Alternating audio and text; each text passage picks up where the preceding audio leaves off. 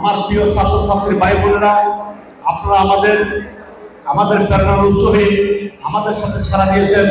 আপনাদের উপস্থিতির জন্য আপনাদের কৃতজ্ঞতা প্রকাশ করছি এবং এই প্রোগ্রামের আয়োজন আমাদের গাজী ক্যাম্পেইন ফাউন্ডেশনের সকল কর্মকর্তাদেরকে প্রতি আমি কৃতজ্ঞতা জানাচ্ছি এবং আজকে আপনাদেরকে একটা মেসেজ দিতে চাই।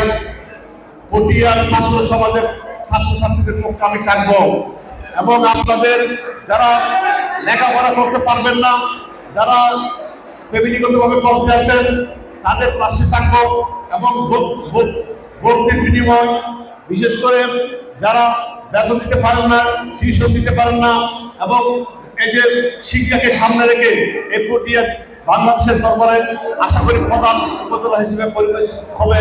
আপনাদের পাশে আছি, আপনাদের পাশে থাকতে চাই।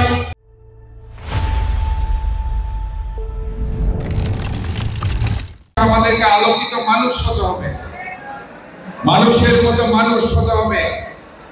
কবি নজরুলের সেই কণ্ঠে গাই সাম্যের গান, মানুষের চেয়ে নয় কিছু বড়, নয় কিছু মমিয়া। আমাদের মানুষের জন্যই কাজ করতে হবে। দিন শেষে আমি ডাক্তার হয়ে যদি একজন গরিব রোগীকে বিনামূল্যে চিকিৎসা করতে না পারি, তাহলে আমার এই পড়াশোনার দিন শেষে আর কোনো দাম থাকবে না। আমি যদি একজন শিক্ষক হয়ে, প্রফেসর হয়ে আমি যখন একজন গরিব ছাত্রকে বিনামূল্যে পাঠদান করতে পারবো না, তাহলে কিন্তু আমার শিক্ষক হওয়ার আর কোনো মূল্যায়ন থাকবে না। কাজে প্রথমে আমাদেরকে আলোকিত মানুষ হতে হবে। আমাদের চিন্তা করতে হবে সমাজকে আমি কতটুকু দিতে পারবো এবং এটা দেওয়ার জন্য আমি প্রস্তুত আছি। জীবনে অনেক সমস্যা আসবে। এখনো এসএসসি পাস করেছো, সামনে এইচএসসি পরীক্ষা দিতে হবে, এরপর ইউনিভার্সিটি কিংবা যেখানে তোমরা তোমাদের পোস্ট গ্রাজুয়েশন করো সেখানে তোমাদেরকে যেতে হবে। অনেক সমস্যা আসবে, কিন্তু ঘাবড়ানোর কিছুই নাই। মনে রাখতে হবে প্রতিটি সমস্যার সমাধান আছে। অঙ্ক যত কঠিন হোক না কেন তার সমাধান আছে। কাজে ভয়ের কিছু নেই।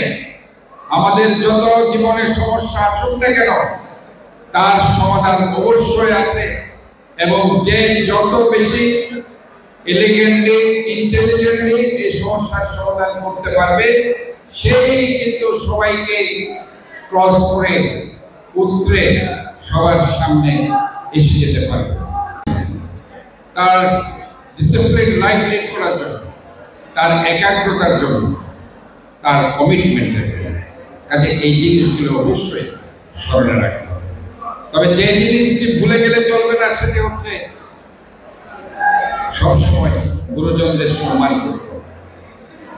আমার যারা শিক্ষক আছে, আমার যারা অভিভাবক আছে, আমার যারা মা বাবা আছে, যাদের অবদান ছাড়া আমি আজকে অবস্থা আসতে পারতাম না, তাদেরকে সব সময় সম্মান করে যেতে হবে।